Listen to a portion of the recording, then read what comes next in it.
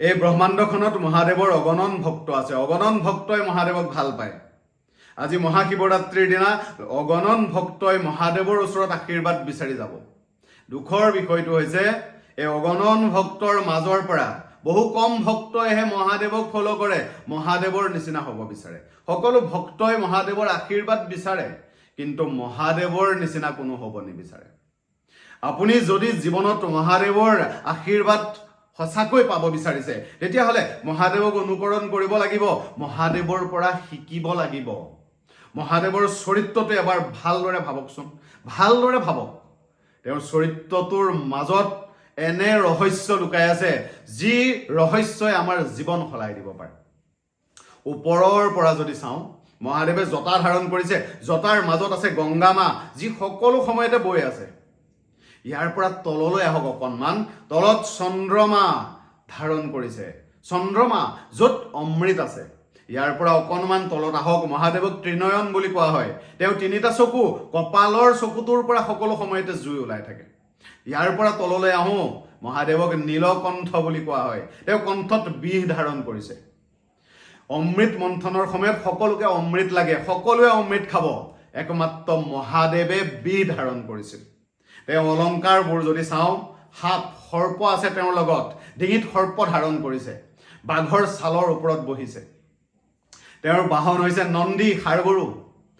সমস্ত কৈলাশৰ মহাদেৱৰ পৰিয়ালটো যদি এবাৰ ভালকৈ চাওঁ, মা পাৰ্বতী সদায় কাষত থাকে। পাৰ্বতী হৈছে শক্তিৰ প্ৰতীক। পাৰ্বতী মাৰ বাহন হৈছে সিংহ, গণেশৰ বাহন হৈছে নিগনি, আৰু কাৰ্তিকৰ বাহন হৈছে ময়ূৰ পক্ষী। এবাৰ ভালকৈ ভাবকচোন, জুই পানী একেলগে, অমৃত বিষ একেলগে, সাপ নিগনি একেলগে, সাপ ময়ূৰ পক্ষী একেলগে, সিংহ আৰু ষাঁড়গৰু একেলগে। ইটো সিটোৰ শত্ৰু হয়, কোন সময়ত ইটো সিটোৰ শত্ৰু হৈ যাব কোনো ঠিক নাই। ইয়াৰ পাছতো কিন্তু ইটো সিটো একেলগে আছে, একে পৰিয়ালৰ নিচিনাকৈ বাস কৰিছে। আপুনি ভাবেনে কৈলাশৰ সেই মহাদেৱৰ পৰিয়ালটোৰ মাজত একো সমস্যা নাই? সকলো থকাৰ পাছতো, সোণৰ অট্টালিকা বনাব পৰাৰ পাছতো, সমস্ত ব্ৰহ্মাণ্ডৰ অধিকাৰী হোৱাৰ পাছতো মহাদেৱ বাস কৰে কৈলাশ পৰ্বতত।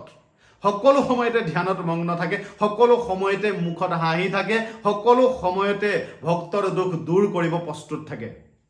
মহাদেৱৰ চৰিত্ৰটো এবাৰ চাব।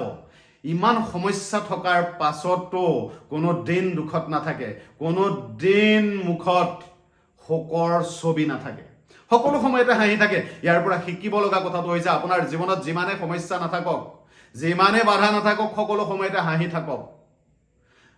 সাপ নিগনি একেলগে থাকিব পাৰে, ষাঁড়গৰু সিংহ একেলগে থাকিব পাৰে, জুই পানী অমৃত একেলগে থাকিব পাৰে।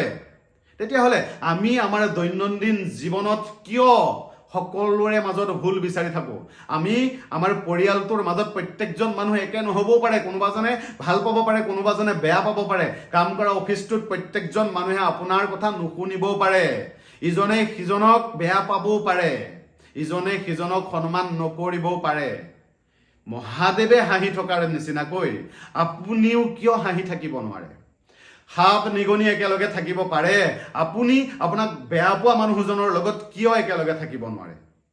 যিদিনাই আপুনি মহাদেৱৰ পৰা এইখিনি গুণ শিকিব, সকলোকে একেলগে লগত লৈ আগবাঢ়িবলৈ শিকিব, আপোনাৰ জীৱন সুন্দৰ হৈ যাব। মহাদেৱৰ আশীৰ্বাদ আপুনি নিজে নিজে পাব। মহাদেৱৰ চৰিত্ৰটোৰ পৰা এইটোৱে শিকিব পৰা যায়, সকলো সমস্যা থকাৰ পাছতো হাঁহি থকা, সকলো সমস্যা ইটো সিটোৰ শত্ৰু হোৱাৰ পাছতো সকলোকে লগত লৈ আগবঢ়া। আমিও যদি আমাৰ জীৱনত এই সূত্ৰটো ব্যৱহাৰ কৰোঁ, সঁচাকৈ আমাৰ জীৱনত উন্নতিৰে ভৰি পৰিব। দ্বিতীয়তে, মহাদেৱৰ পৰা শিকিব লগা কথাটো হৈছে, তেওঁ সোণৰ মহল বনাব পাৰে, ইয়াৰ পাছতো কিন্তু সকলো ত্যাগ কৰি কৈলাশত বহি আছে, ধ্যানত মগ্ন আছে।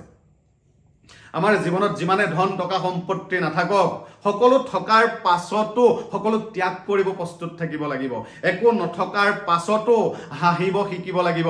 যিদিনে আমি এইখিনি কৰিব পাৰিম, মহাদেৱৰ আশীৰ্বাদ নিজে নিজে পাম। শেষত সকলোকে মোৰ ভিডিঅ'টো চাই থকা এটাই অনুৰোধ কৰিব বিচাৰিছোঁ, মহাশিৱৰাত্ৰিৰ দিনা মহাদেৱক সকলোৱে ভক্তি কৰক, কিন্তু মহাদেৱে কাকো শিকোৱা নাই ভাঙৰ নিচাত মগ্ন হ'ব। মহাদেৱে শিকাইছে বৈৰাগ্যৰ নিচাত মগ্ন হ'ব। মহাদেৱে শিকাইছে সকলো থকাৰ পাছত ত্যাগ কৰাৰ নিচাত মগ্ন হ'ব।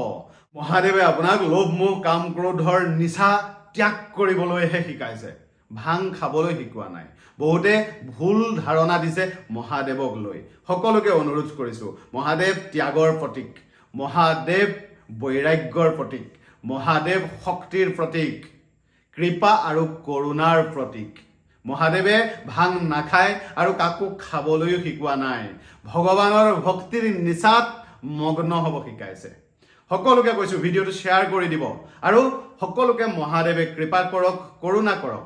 মহাদেৱৰ এই কথাকেইটা শিকি আপুনিও জীৱনটো সুন্দৰ কৰক। ওম নমঃ শিৱায়।